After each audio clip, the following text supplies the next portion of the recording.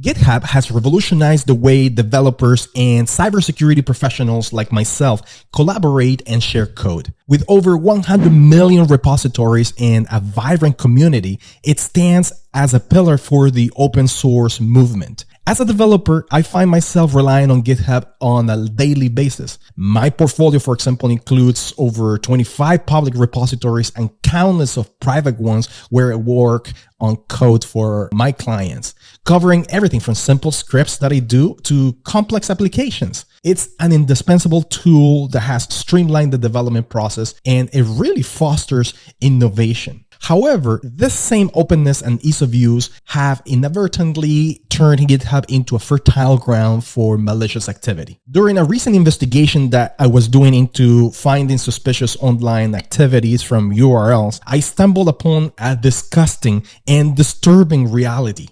GitHub is not just a heaven for developers, but it is a goldmine for hackers. This revelation wasn't a mere hypothesis. I did a quick search on URL House, platform dedicated to tracking malicious URLs, and yielded thousands of flag entries associated with github.com. These repositories host a plethora of malicious code, ranging from phishing kits to ransomware to cryptojackers and even remote access trojans or rats. Some of these repositories didn't even attempt to mask their intentions, openly providing step-by-step guides on how to deploy malware. In this video, I'm going to analyze and I'll delve into one particular campaign involving Async Rat, an open source remote access Trojan. We'll dissect the scripts deployed, explore how the attack unfolds, and discuss a broader implementations and implications for developers and cybersecurity professionals. By the end, you'll understand why GitHub's greatest strength, its openness and collaborative nature,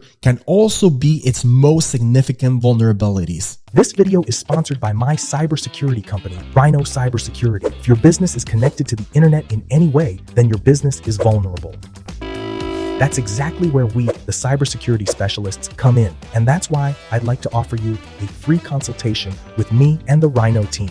We'll do a comprehensive assessment of your business's vulnerability status. Click on the calendar link in the description of this video and let's work on your business. So why is GitHub a hacker's goldmine? GitHub's mission is to facilitate collaboration and innovation. Its features are designed to make code sharing and joint development as seamless as possible. Unfortunately, these are the same features that can be exploited by malicious actors. Let's explore why GitHub has become a preferred platform for hackers. Number one is reputation and trust. Since GitHub is synonymous with legitimate software development, cybersecurity tools and professionals are often going to whitelist GitHub's domains to avoid false positives, inadvertently providing a safe harbor for malicious content. So hackers can exploit this trust, knowing that files hosted on GitHub are less likely to raise any immediate suspicion. The second factor is ease of use and accessibility. So GitHub simplifies the process of downloading and executing code. A single git clone command, for example, it's all it takes to obtain the entire repository. This convenience is a double-edged sword, so hackers can effortlessly distribute their payloads, and unsuspecting users can easily fall prey by executing harmful code without thorough inspection. The third aspect is anonymity. Creating a GitHub account requires minimal personal information, so hackers can set up multiple accounts without fear of immediate detection. If one account is flagged and banned, for example, they can quickly create another one, continuing their malicious activities with little disruption. Then we have persistence through collaboration features. So, for example, even if a repository is taken down, it has forks, it has clones, it has mirrors that can keep the content alive. So this persistence ensures that malicious code and malware can continue to spread despite efforts to remove it. So it's sort of like playing whack-a-mole. Then there is the subject of disguise. Many malicious repositories are presented as educational tools or penetration testing frameworks. So by claiming that their software is intended for legitimate security testing, developers of these tools can host them openly. GitHub tries to employ several security measures to protect users, but they kind of fall short. So for example, automated scanning. So GitHub uses automated systems to scan repositories for malware and vulnerabilities and dependencies and such. The other one is community reporting. So they have a very convenient report system that can flag repositories for GitHub. At the end, there's also legal action. So GitHub can remove content that infringes on intellectual property rights and violates some of the laws. Despite these measures, malicious content can still slip through. So for example, evasion techniques. Hackers can obfuscate code to evade automatic detection or rapid account creation. So hackers can create repositories, take them down, and do whatever they want with the creation and manipulation of repositories.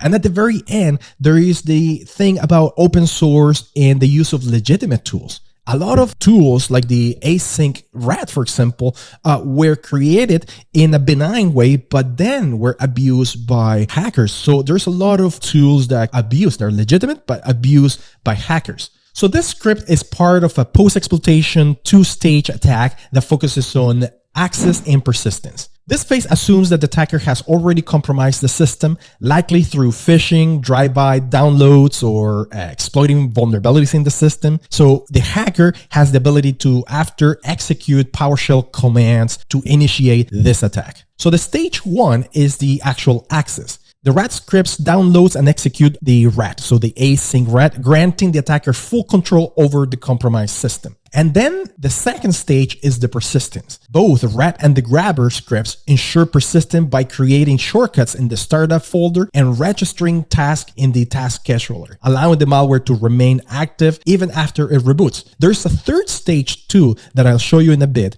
which has to do with a backup. So if this piece of malware is removed from the desktop or in the system, there is a persistence as a backup on a temporary folder of the user. All right, so let's look at the PowerShell commands. The first one is invoke web request. We already know what that is. The URI is the URL setup as well as the output, which is going to be the desktop. And then we see the error action silently continues. So the use of this command suppresses errors, ensuring that the script continues even if something goes wrong during the download. This is going to help the malware remain stealthy and avoid detection during the execution process. But then we also see the creation of the shortcut in the startup folder. This is using the Windows script. So wscript shell object is created to interact with the file system. A shortcut is created on the shortcut path, which it was already established, the startup folder, and then it points to the downloaded rat file on the desktop. Then the shortcut is saved. So by placing the shortcut in the startup folder, the rat will automatically execute every time the user logs into the Windows system. This is a classic persistence mechanism of rats. Then we see the registration of a task in the task scheduler. So the task name, it's going to run the PowerShell.exe with a hidden window, so that way there's no pop-ups to execute the rat file. Then there is a trigger, so the add logon. This task will trigger every time the user logs on. So if you reboot the system or you log on, then the task scheduler is going to make sure that this task is executed.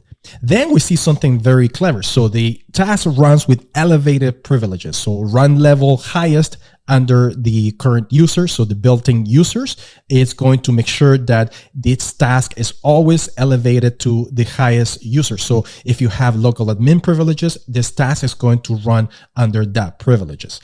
Then we see the configuration of the settings.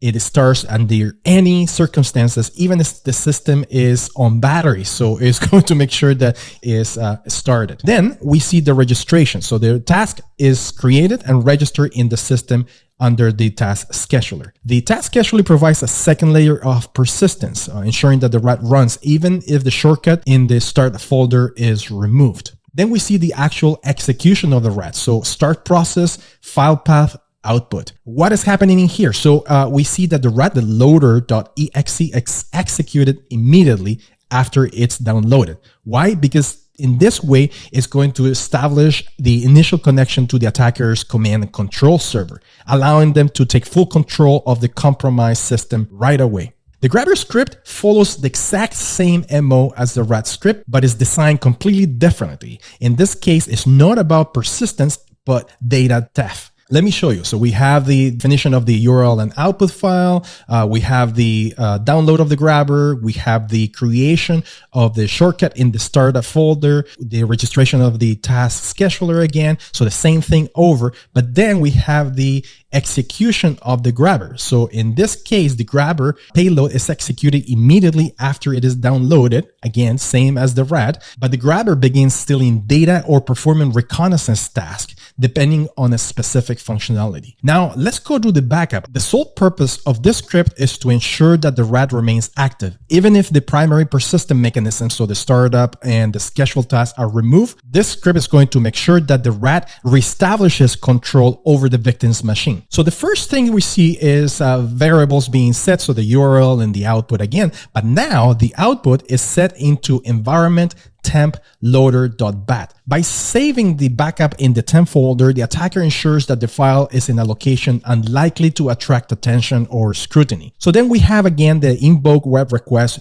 URL and output file, and then the error action silently continue again. One thing that I want to point out is the minimal footprint of this little tiny script, which is very lightweight, easy to execute, and doesn't require additional software to run, making it a very simple fallback mechanism. So I have a few recommendations on how to protect yourself. First of all, if you're a developer, make sure that you inspect the code before running. So anytime you're going to do a git clone or just download a zip file, make sure that you actually read the scripts before any execution. If you see any obfuscated code, do not download. Check the repository activity, the contributors, the reviews to ensure that they are trustworthy and legit. Lastly, you can always use a sandbox. So test suspicious code in an isolated environment just in case, right?